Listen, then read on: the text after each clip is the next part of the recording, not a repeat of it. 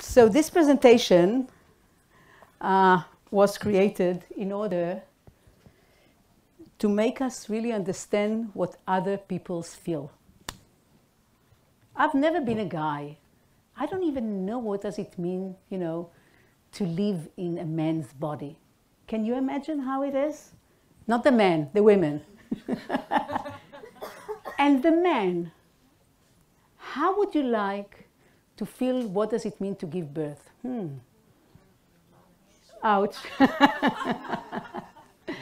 So I just want to give us a glimpse of what's going to happen with the women. And I just want to start, you know, Ken Robinson, one of my teachers, all of us, you know, unfortunately we lost him a year ago to whatever kind of disease he had. But he had a wonderful story that said that there is this, in the kindergarten, a child, you know, a girl is sitting down and she's drawing and you know, and the person who is in charge, whatever, is coming and saying, listen, you have to join the group because everybody are going to eat lunch now. He says, no, but I have to finish my painting. He says, what are you painting? He says, well, I'm painting God eating lunch. So she says, but no one knows how God looks, you know, the elder woman said. And she says, well, now they'll know. So, so I think that is it. This is it, okay? So I just want to take you and it's not because I'm a woman, okay? I'm not prejudiced in this sense, but I think the coming 20 years are going to be life-changing for women. I'm serious about that. So we talked about technologies, and I gave you some options and some ideas about where it's going. But now let's see how it's going to impact, you know, a certain species, you know, about 50% of us, you know, in the world. Okay, so what I did, I looked at women's life, and please forgive me, there were more options to look, but I didn't have 2 weeks with you, so I tried to look at some things that I think are very important: the health, family and parenting, of course, and appearance, finance, career, friendship, you know, very important, right? We all have our bestie, right?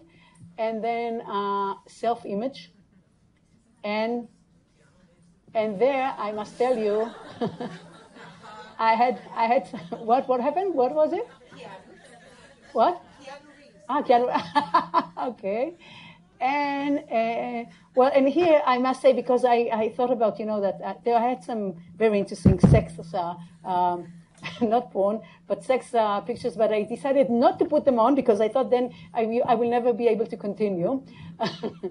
But I must tell you just in the last note that there is a new porn industry is being born right now. Totally different than what we had, which is very good because, I don't know, but the Gen Z right now are doing less sex than any generation before. Yeah, you know why? Because the young women are, you know, because what happened is that the sadomaso, whatever, all of this became so popular, and the young women are looking at it and says, ooh, who wants it? So they're not willing to do any more sex. So it's good that we have a new porn industry being born right now, because then it gives, you know, it will teach whoever needs to be taught that there are other options for that. But just give you an idea. So what is happening right now? We're going to talk about it in in half an hour. I'm going to talk about it even in length. But imagine you are in let's say 1899, and you are with your grandmother, and you're telling her, Granny, you know, I can do some stuff, I can give you some things, and you will be able to live not to 49 as all of our neighbors, but you could live to the age of 80. Would you like to do that? She's going to look at me and she says, I have such a wonderful grandmother, right? A grandchild. She has a lot of imagination, right?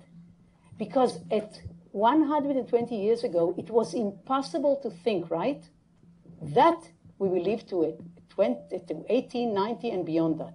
And we are only in the beginning.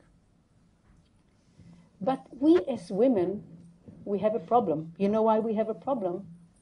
Because our internal organs, some of them, are maturing in much, much quicker. Some of them up to, I would say, 50% to 100% more. Why is it? Do you have any idea? Okay. Because we are right now having a problem with our ovaries, okay? And the ovaries has a huge role in our longevity. It has huge impact on our health and our longevity. And just to give you an idea, do you know when women are the most fertilizer, when we are most capable of having children? Any idea which age? 12. What? 12? 13, okay, good. Any other options? When we are in the womb, when we are 26 weeks old in our womb, in our mother's womb, we have 7 million eggs. When we go out, we have only 1 million. Yeah.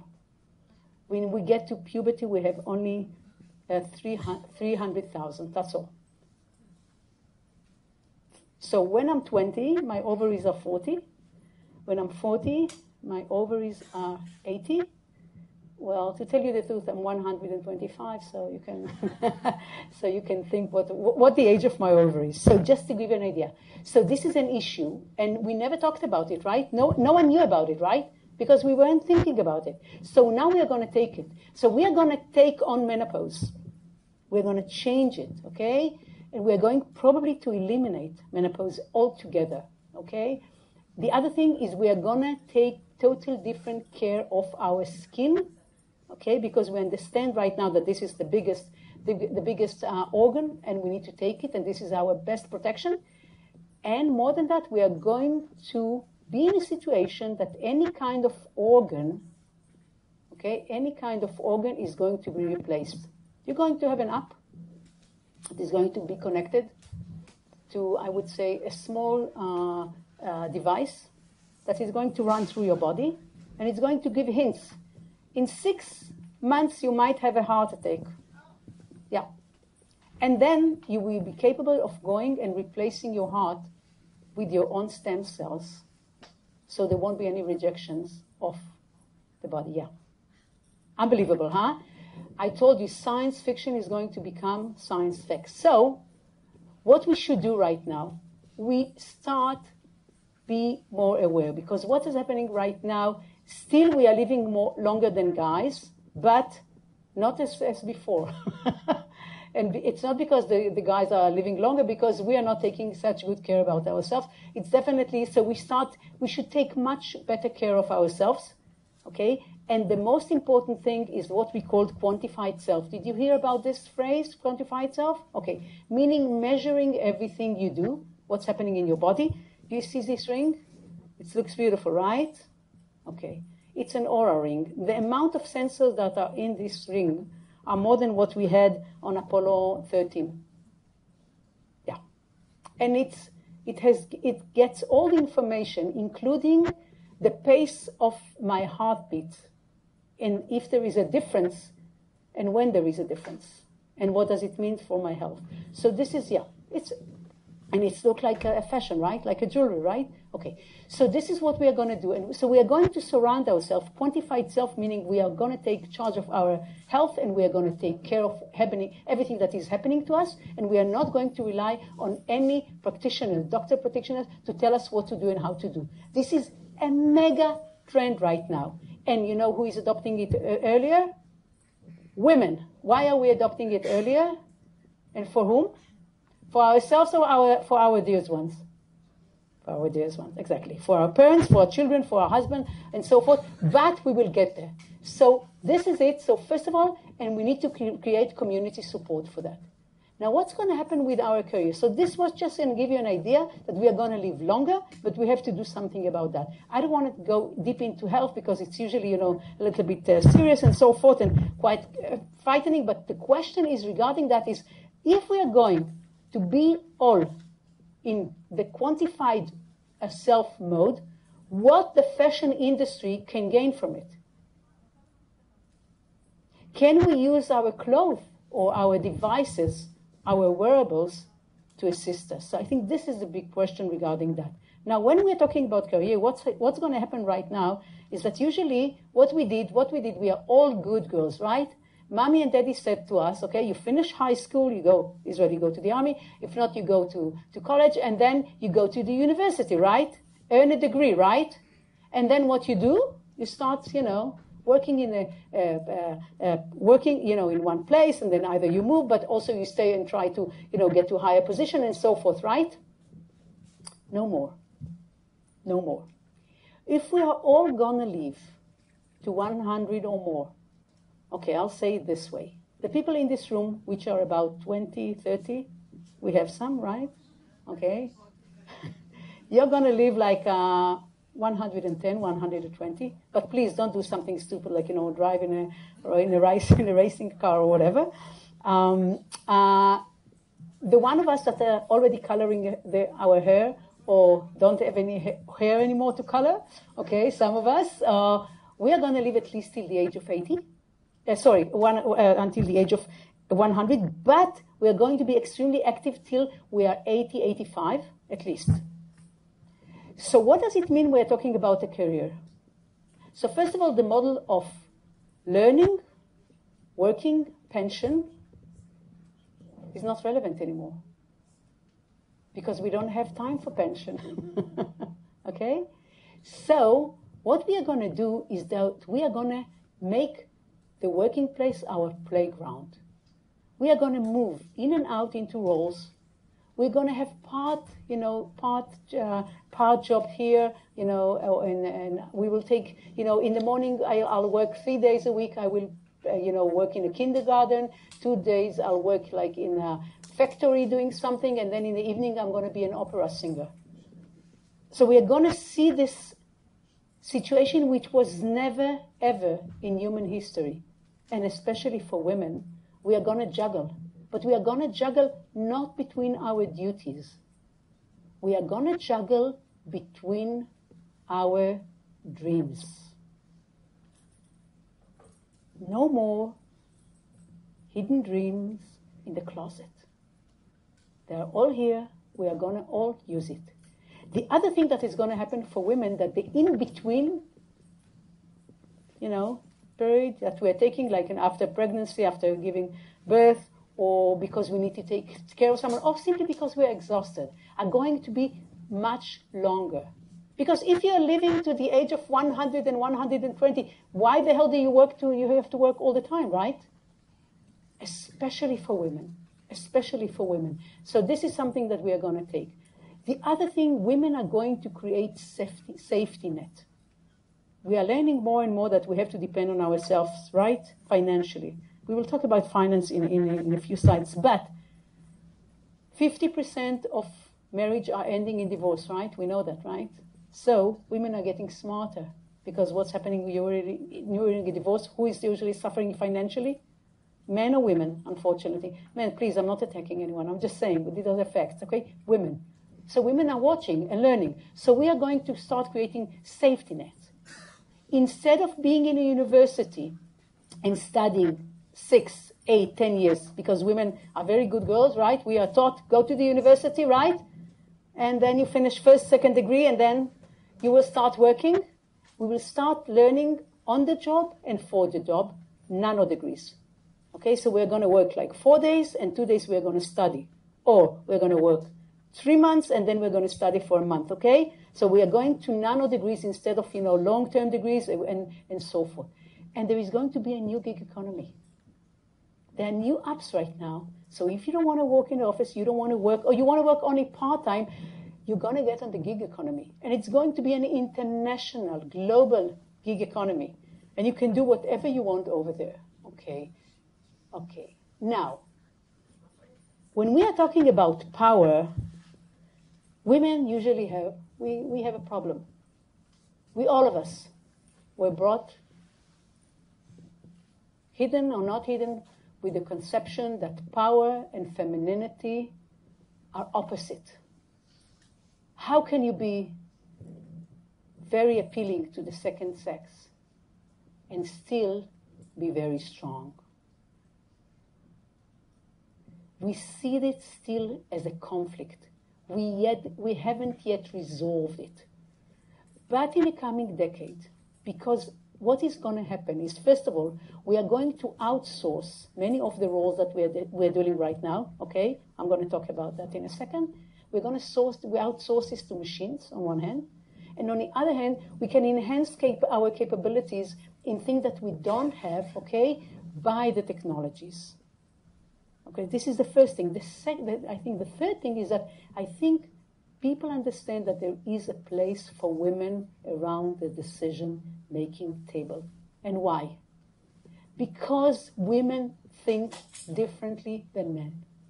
We have a smaller brain, that's for sure. What can we do? We are more delicate. But there are many more connections between the two sides of the brain.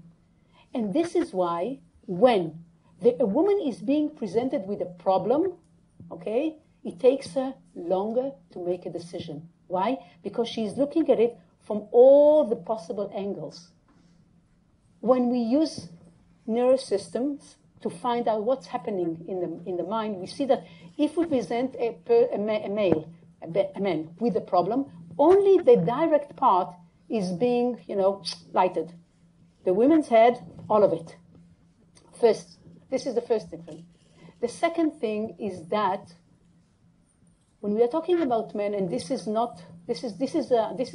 biological, so nothing to do about it. The center of aggression and the center of pleasure are highly connected in man's brain. Yeah. The other thing which is connected when we're talking about the man's brain in comparison to women is risk and sexual arousal. So who do you want that we will take care of your money? Think about it. Okay, so we understand that there is right now, women have really, they have a different leadership style, okay? And they are much more collaborative. They have a holistic view, okay? And they have the ability to have a long view, okay? So they will go to war only if there is no other option. I'm saying it as an Israeli. I wish we had already had someone, even though Golda wasn't a good example. But I'm saying, I think women can make, this is what we need for the future, collaboration more than anything else. So I think we're going to see women breaking the glass ceiling. And the young generation, Gen Z, we won't have time to talk about them right now. But they are not willing to take anything from any company. They want to understand what the company is doing, and they are willing to step out if they're not happy with the answers. You know that. So they are going to take all these capabilities to the extreme. So this is going to be very interesting. So we're going to see more women in leadership roles, hopefully mentoring younger women to go into these roles, okay? I'm right now in about 10 different organizations that are only doing mentoring to younger women. And there are hundreds of women there. From all these are all global networks, not Israeli one. So I think this is going to happen. So what is the opportunity for the fashion world here? What opportunity does it present? That the fact that women are going to have different roles. I mean, and there won't be any dreams. So like I need a total different world role because in the morning I'm dressing in a certain way, and 3 days a week I'm dressing totally different. And then what's happening when I'm in different roles? Okay, now the family is moving from being an institution to being an idea. What does it mean? Every time we take something which is rigid, traditional, totally defined, and we open the gates. It's open. What's happening? Everything is possible. We are going to see any kind of people in any kind of combination, hopefully without animals. That's my only hope for now. But what I'm saying is that everything is going to be totally. So we're going to see Probably people who are, I don't know whether you're aware of it, in Europe, it's very strong right now. People are saying, I'm partner with someone, but I am not married to him. I don't even live with him in the same home or even in the same city. We're going to see more and more of this. You know that even in Saudi Arabia, I think 30% of the young people are not willing to marry at all. Very interesting, even though it's a very conservative society. Second fiddler marriage, you know what it is? It's that men are staying at home and they're taking care of the children. So researchers were very interested in understanding what is the level of happiness in this family. So you know what they went to? They went to check about a few issues, but the most important finding was regarding what? Regarding sex life. Okay, the men who stayed at home, but willingly, not because there wasn't any option for them outside, said that they are much happier in general in their marriage life, but also regarding their sex life. Okay, so we call it second fiddler marriage. When I'm saying, and I think it's a beautiful idea because I think men can raise children as good as women. I think they never had a chance. Men never had the opportunity to choose. Now they also, which is also very important. Meaning once you liberate one society, one group of gender, you also liberate the other one from any kind of restraining expectations and so forth. Okay, second, short, anyone who's going to get married this week? Okay. So, think about it. You're supposed to be standing wherever you're standing in which... No worries. And you have to look, remember we're going to live to 120? Okay? I'm looking at this guy. Well, I love him today, for sure, but for 100 years... Am I really preparing to sign for 100 years? Okay, so what if I'll tell him, listen, before we do it, can we change it until death do us part? Can we, let's negotiate until the children are 20. Let's do it for 5 years, you know. We don't want children right now. Let's see if it works for us, okay? Or perhaps, you know, if you make me still happy and satisfied, you know, and I have an app, you know, that it's going to be a new app. You know, and you start up a marriage happiness app. Oh, every day I'm checking. 3 weeks I'm not happy. We have to negotiate. I'm just saying, so this is going to happen. People are going to, you know, 20 years ago, no one thought about signing a prenuptial, right? You know, everybody around me, they're getting married. Of course they're signing. What the hell? What's going on here? So this is a change, okay? So it's going to be a short-term marriage. Okay, this is good. Okay. What if I love not only one man? Sorry, man, I'm a woman, so I can speak to myself. Why can't I marry 4 guys?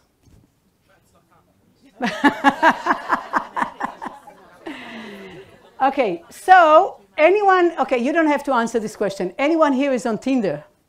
Okay, because I'm interested in anything, so I'm also on Tinder.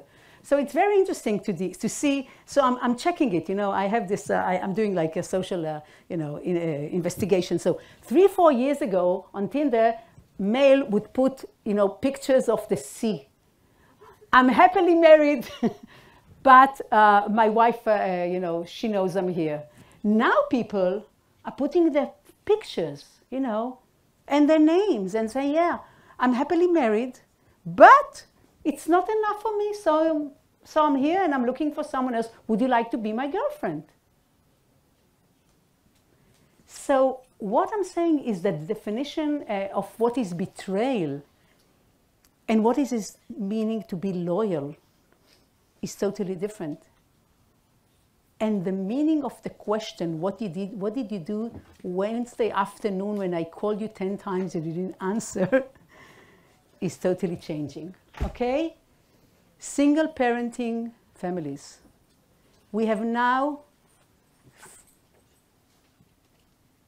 no worries, 500 plus 500 more women in the States raising children by themselves, making babies by themselves. In Israel, around 12% of whole families are led by one person, a woman. It's never been in history. Never been. What does it mean? A woman raising children alone. And because we are going to live longer, something else is going to happen. We're going to have never in history 5 generations of people living under the same roof. Think about it. 100 to 1 year. Think about it. What does it mean for what we eat, how we behave, how much present we have to bring for, okay, how we dress? Think about all the opportunities, all of this, each of it. Okay, co-living, you know. I'm alone, I don't want to be alone. Well, I have a girlfriend, she's living in Iceland. We don't have any, you know, intimate relationship, but she's coming for 6 years, she's living, 6 months she's living here, 6 months she's going to. So all of this, each line here represents an opportunity, a business opportunity. What are you going to do about it? Okay. Now, we talked about the fact that people definitely, many people right now that don't want to have children at all. We're going to see more of that. We see that in Japan, women are not willing. They're not willing to become mothers. We're going to see more of this in the States. Okay, there is a new, I would say, people are adopting a new approach. Some children, definitely with Gen Z. They are so frightened from the future, especially from climate change, and their belief that the governments are not taking the proper action. So they are really, really concerned. And many of them are not willing to give birth to a new child. They're asking the question, so they're not very optimistic. That's what I'm saying. And definitely as well in Japan. So I'm just saying this is also something. Now, what about giving birth when you're 70? Never thought about it. Okay. And your first thought, if I may say, are like this. 70? Okay. It's so hard in any case to be pregnant. Why should I do it when I'm 70, right? It's going to be so hard. It's definitely not healthy for the child, right? But what if we have new ways to do that? Just to give you an idea. We are going to have, you know, what we call artificial womb. Because I don't know whether you're aware of it, but being pregnant is quite dangerous. It's not easy. But also, unfortunately, in the United States, we have a huge problem right now of the amount of women who have difficulties or complication or even death after birth. All the world is decreasing. In the States, it got last year, do you know to how much? 24% of the women who gave birth. Yeah, serious situation. But what if I'm 70 and, okay, I can bring a child, okay, look at this, I'm 70. Of course, I'm not ovulating, but I can take a stem cells from my hand, and what I'm saying is already in the laboratory, it's already being done. I'm taking one stem cells, and my partner's stem cells, we take it into the lab, reverse the age of the stem cells. Yeah, it's being done already. Okay, it's going to be embryonic cell, meaning that I reverse it so many times, you know, so I can use it to whatever I want. And I create an egg from and a sperm from his. And we put it in the womb. And right now the womb can hold, like, I think, 27 weeks, so it's not that long. Okay, so what is going to happen right now? But listen, 6 million women right now are trying to get into pregnancy every year in the United States. Only 5 million are successful. Bless you. But only 4 million women are capable of finishing the pregnancy successfully. So we have already 2 million women a year that can conceive. If we have this solution, and we are going to have it in this decade, think about it. And let's talk about what we call silent birth. One of my teachers, Amy Webb, one of the most brilliant women ever lived, She's one of the biggest, the most important futuristic thinking in the world. She had no less than 13 silent births. She's one of the most successful women on earth. And she tells the story that after every time, she has to pull herself because she feels like a total failure. She can't bring new life into this world. She wrote a wonderful book, came out last week, Genesis. You're more than invited to read, or I can send you some links regarding that. So we are going to take care of that.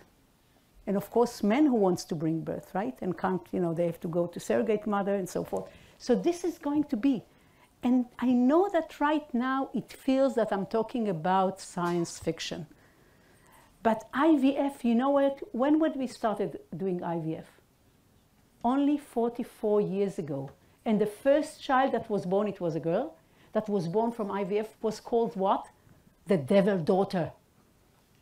Can we imagine our life right now without IVF? No, right? Of course, it's a child. Doesn't matter who brought him and how we brought him to life. So this is one way. So, and why is it so important? Because right now there is total inequality, right? Because once we are getting to the age of 16 or 17 or 18, we start, planning our lives according to what? According to the timetable in which we can create a family. That we can bring children to the world, right? All of us, all the women. Men are, they are liberated from that. So this is going to be an equality issue more than anything else. And it won't, I can assure you, it won't happen without fights. Like we have fights right now with abortion, right? But we're going to get there because you can't stop progress. Doesn't matter what you do. You can't stop it. So, more than that. They kept saying, when I was younger, that behind every successful man, there is what? A successful woman, right? And then when we had successful women, we used to say, well, behind any successful woman, what there is another woman. Now we are going to say, behind any successful woman, there are many machines. Okay, so just to give you an idea. So, okay. So first of all, hold on, I want to go back. Okay. So, okay, I went further. It's not going back? Oh, it's going back. Okay. So, what if, I don't know what happened. Okay, here we go. What if, I'm not doing something well? Okay, let's see, sorry. Okay. You know this lady? Who wished that she would have been a nanny? All of us, huh? Okay. What if I already got rid of my cell phone because it's going to happen in the coming 5 years. And everything is here, right? I have this magic glasses, which I have 3 levels of reality on them. Physical reality, augmented reality, and virtual reality. And here I have this small button.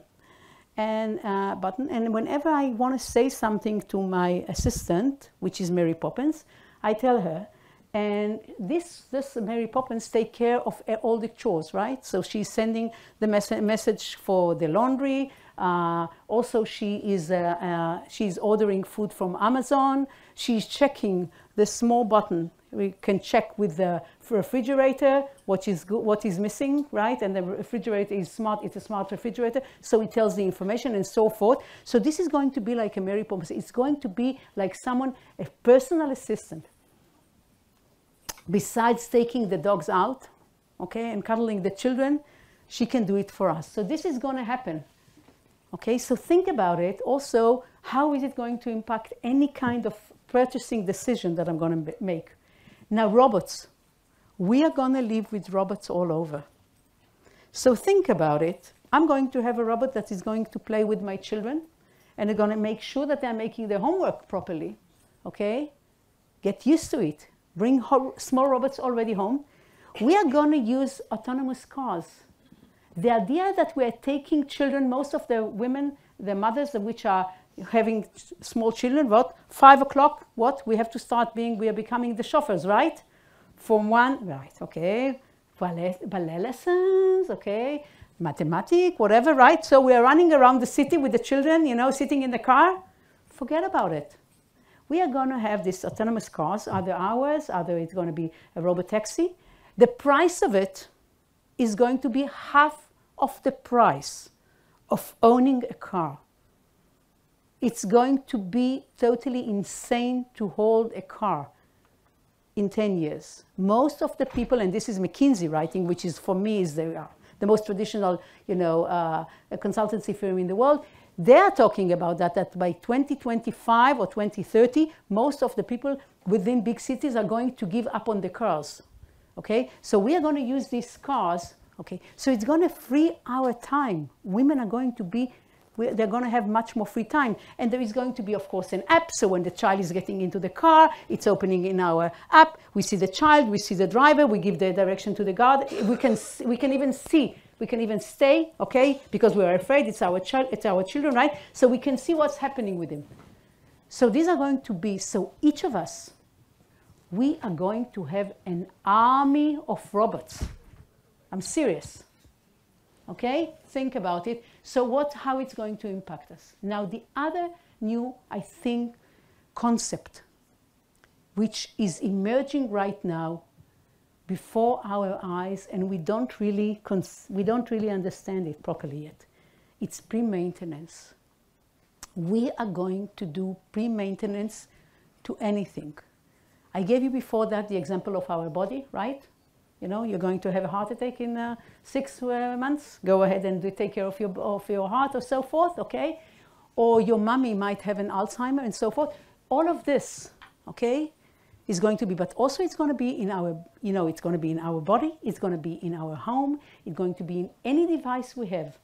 And it's going to give us, you know, all the time it's going to give us hints. This is why data is going to be so important, because data is going to give us the idea. So what is the fashion industry is going to do about it? How the industry is going also to be, you know, to be capable of capturing this concept of pre-maintenance when we are talking about women, because women are going to be in charge. Because on top of everything, we still take care of not only ourselves, but everybody else. So in many ways, it's going to be like auto magic in many ways in compared to what we have right now. Now, regarding appearance, I want to say, I think we are going to see two different trends. One of them is going to be, you know, and I think it's fine in many ways, you know, I like growing old. I like the fact that I'm mature. I don't care having, you know, gray hair or whatever, and it's fine. It's okay. But I think that most of us would like to get up in the morning to look at the mirror and say, I love what I see, right? And when we have what we call bad hair day, right? We are not that happy. So I think that taking care of ourselves, and definitely our skin more than anything else, I keep repeating it because this is going to be huge, because skin has to do only also with health. And more than that, our skin is aging twice as fast usually than the rest of our body. So anything that is going to assist dealing with this, or either, you know, hopefully even stopping it, is going to be a huge, huge opportunity. So what we are going to see, that we are going to see still the traditional, but we are going to look, and David Sinclair, I urge you to listen to it, and if not, I can even send you some links. He's talking about the new kind of cosmetics. The new kind of cosmetics, which is not only taking care of the external beauty, but also on the inner health. So this is a new cosmetics which is coming in. Okay, so I think we're talking about rejuvenation of the skin. So I think we should talk about that. Okay, I won't go deep into the finance. I'm just going to say we are still on the way. We are not yet there, unfortunately, but we have to get there. We have to have, because when I was preparing for this lecture, I went to the Oxford Dictionary and I looked what it is. What does it mean? Financial independence. And you know what it said?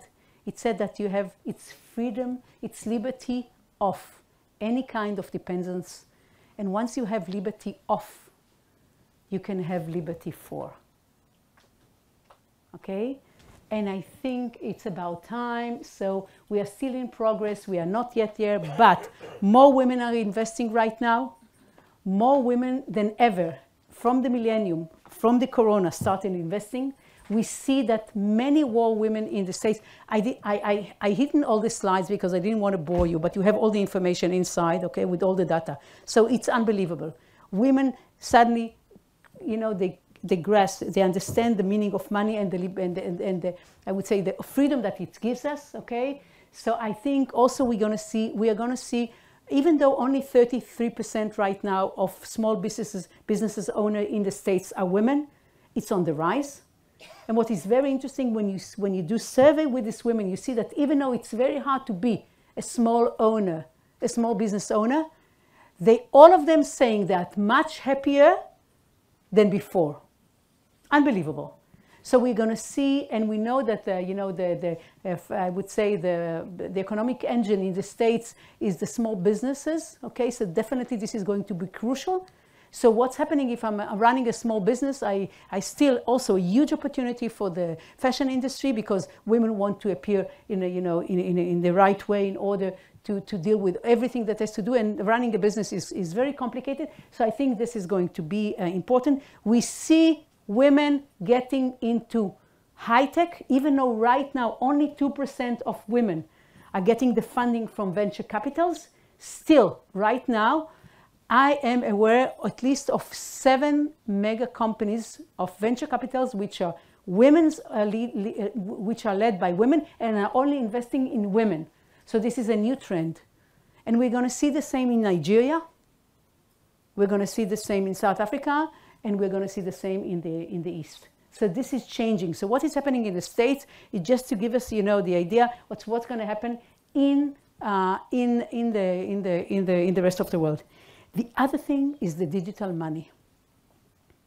Bitcoin is a new gold. And because women are, and forget about what's happening right now, because I think the fact that there is such a, right now, I would say there is a problem, or you relate to it as a velocity. I think velocity is uncertainty more than anything else. So I think Bitcoin is here to stay. And for women, it's a love story. Yesterday, when there was a crash, there was another crash of the Bitcoin price, I was on Twitter because, I keep, track of what's happening. And I was amazed of all the women in the fashion industry, the digital fashion industry, had a huge debate whether to sell the Bitcoins or to keep it. Women who are running digital fashion, labs or companies. Okay, this week, we are starting this week, we have the digital fashion week. There is a new, if it's needed, I'll send you some information as well. I'm going to be there. So it's a new love story because it's a new set of, I would say, of economic value. So we are going to see women going there. You know why also? Because it's in another place. They can have total ownership over it. So women and Bitcoin, I can assure you, it's a new love story. What are you going to do about it? And forget about money. What about NFTs? Women are going to be definitely involved in NFT, especially ones that can resell. I don't know whether you're aware of it, but Adidas, I think, like a few months ago, they went out with the shoe, a digital shoe. They sold 300,000 pairs in less than an hour. It gave them, I think, if I'm not mistaken, I forget, forgive me if I'm incorrect regarding the numbers, but I think it was like, I don't know, like $32 million or whatever. And every shoe was $300. What was interesting is the resale. The resale was done in 2 days. They got, I think, additional $180 million on top of it, but they did nothing for it because it was coded. It was coded, so every time you resale, Adidas gets more money. Women loves it. So I'm going to tell you where the developers are going. Smart women are going after them. What are you going to do about that? What are you going to do about that? Okay. Now, sex. Of course, I had to bring her. Okay. So, what's going on? Okay. Oh, no. I went further. Okay. Before the friendship. Okay. So, I don't know. It's not working. Anyway, of course, I had a very interesting one showing her doing what she was doing, but I decided not to bring it. Anyway, I want to talk about the definition of sexuality. For many years, it was a binary choice, right? Either you're a man, either you're a woman. I had to conduct focus groups in the States. And I started, you know what, with asking each of the respondents, how would you like me to refer to you? As a him, he, him, she, her, it, they, them. And I was looking at these people. Some of them look like men, some of them look like women, I can assure you, but they asked me to tell that they are them. We are starting to understand, and it's very important for the fashion industry regarding Gen Z. They look at their sexuality and sexual identity as a non-binary one. They say, we love everybody. We are not attached to a certain kind of, let's say, devices. Okay? And this is very important because we are going to see more and more of this. So the issue of sexuality and how do I define, it's becoming much more not based on what I look like, how I was born, what was my biological sex or gender, but regarding, it's going to be based on how I feel, okay? But beyond that, women are going to be much more expressive regarding their sex. Did you see Frankie and, did you see what's, yeah, so you know what I'm talking about. Few more things, because I want to move to the other presentation, but friendship. People are not talking enough about how friendship is important for women. Am I right? What would we do if our best friend is going to move to live on the Mars? Can't think about it, right?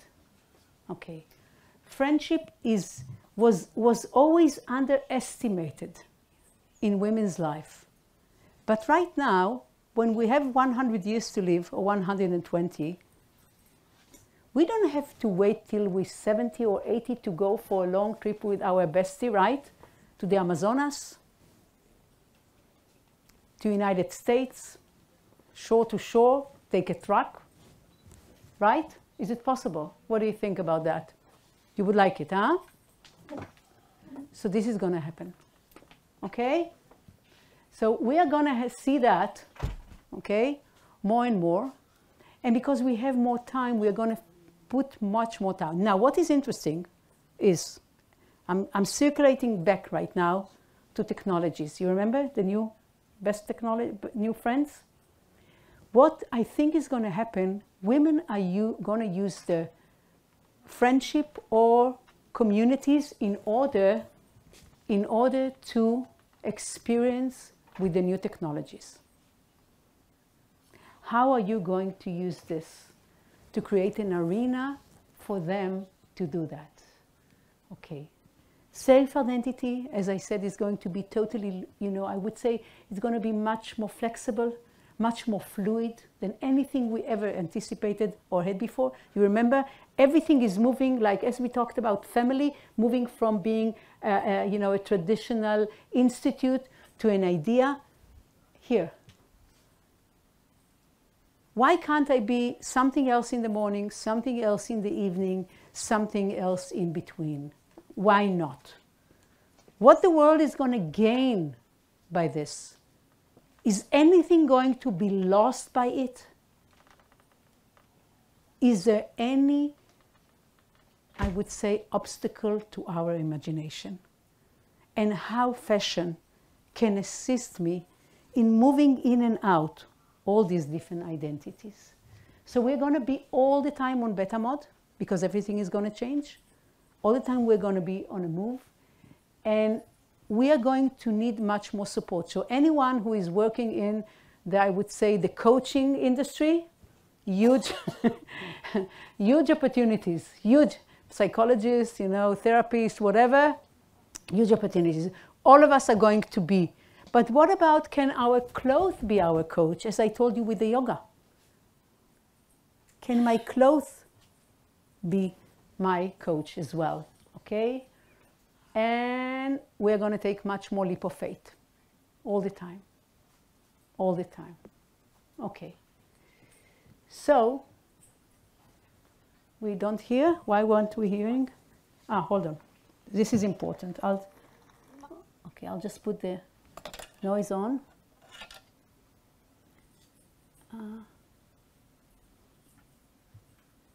You don't hear, right? You didn't hear, right? Okay. Hi, kids.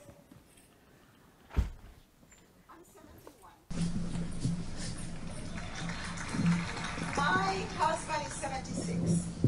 My parents are in their late 90s. And Olivia, the dog, is 16. So let's talk about aging. Let me tell you how I feel when I see my wrinkles in the mirror. And I realize that some parts of me have dropped and I can't find them down there. Mary Oliver says in one of her poems, tell me, what is it that you plan to do with your one wild and precious life? Me, I intend to live passionate. This is Allende, okay? So what are you going to do with your, beautiful, life? And this is, I think, what we should think about. So what are the major general implications of what we saw right now? Women will gain more power, meaning more opportunities, definitely, in the coming decade and beyond that. I would say, well-being and satisfaction is going to be on the rise, definitely. And I think there is going to be a lag. I mean, there was going to be a difference. There was going to be a gap between the West and of course, I would say the developing world. And but I think it's going to have huge implications. Huge implications, because even if you take only as a case study what happened with Australia in the beginning of the corona, you remember what happened? And what happened, for example, in Britain, in London, okay? What happened when there was a prime minister, which was a woman, and there was a man. And I think we're going to see that more and more in the business world, where women are, getting more power, are sitting around the table when they are the decision making, okay? But there are going to be fights. But what is very interesting, and this is very, very unique for women, women don't give up on being the caregivers. Very, very important. So what is going to happen is that women are going to gain more power. We are going to live longer. We don't want to miss on our dreams on one hand, but on the other hand, we still care deeply. So we're still what we say we have multi, I would say, duties or roles regarding the health and well-being of all our family. The elderly, the children, our partner. So this, balancing between all of this is going to be, in a sense, I think, quite, I wouldn't say intimidating, but challenging, but this is where technologies are coming in. So I think it's going to be extremely interesting the coming 2 decades. Definitely totally different than what our mothers told us about the world. We will have to unlearn what we were taught we will have to relearn what reality is presenting us with, and then we will have to find a way to mitigate between those, you know, inner voices that in our heads and in our hearts. So what about the fashion industry? Come on, you have huge opportunities. Wherever you look at it, doesn't matter. It doesn't matter where you look, whether you're looking at in developed countries, undeveloped countries, developing countries, wherever you're looking, women are on the move and there are new needs.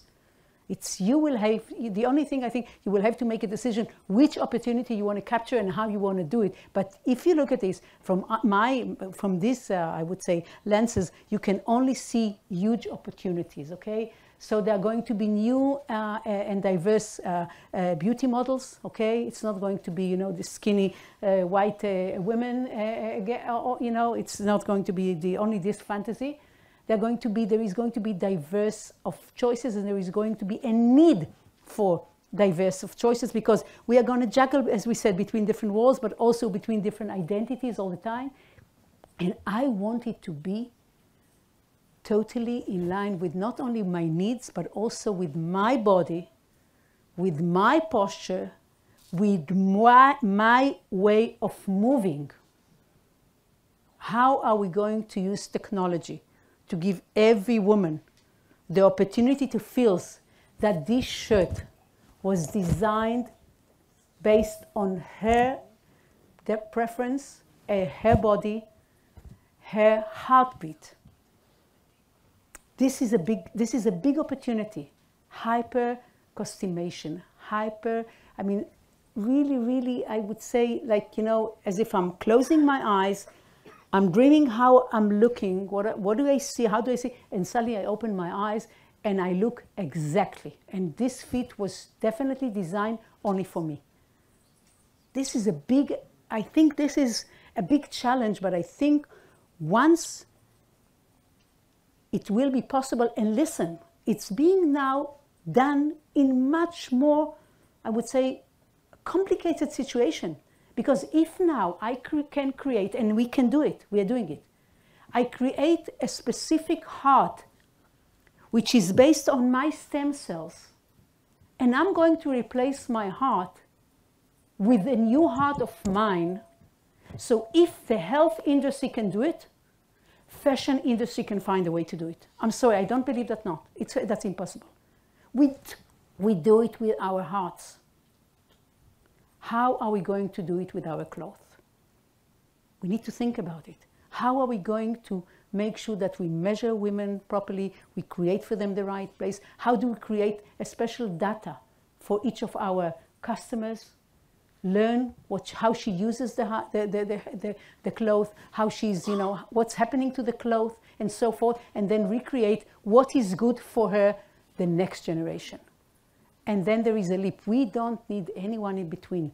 We co-create with our consumers. And right now, everybody are talking about the, you know, decreased level of trust and lack of loyalty. I think it's because people feel that they are not being seen enough, that they are not being investigated, they're not being, there isn't enough, I think, importance attached to them. You reverse it, you do the opposite, you're going to gain their loyalty for life. This is what I think. So we are going to see everything from extreme pragmatism, you know, people who are going to the moon, and of course things which are totally, you know, I want to go. And I saw this, there is this woman called Shane Swain or something like this. She's now the head of Clubhouse or whatever, and she's getting on stage, she's like 60, and every time she's dressed, I'm telling you, like something, I've never seen something, all is colored, everything is totally interesting, and she's in the NFT world. I can send you some things. I created a playlist for you about her, which is very important. So I think it's really, really very important regarding the NFT. So she's getting on stage, and you can see that she's colorful. She brings her identity so strongly, you know, it's totally conveyed all over whatever she's doing. And smart clothing for our children, for ourselves, for the elderly. Smart clothing, very crucial. Okay, so, Yahli, Ken. we won't have time for the third. Oh, Yeah, Yes, sorry. We need to go to the next presentation.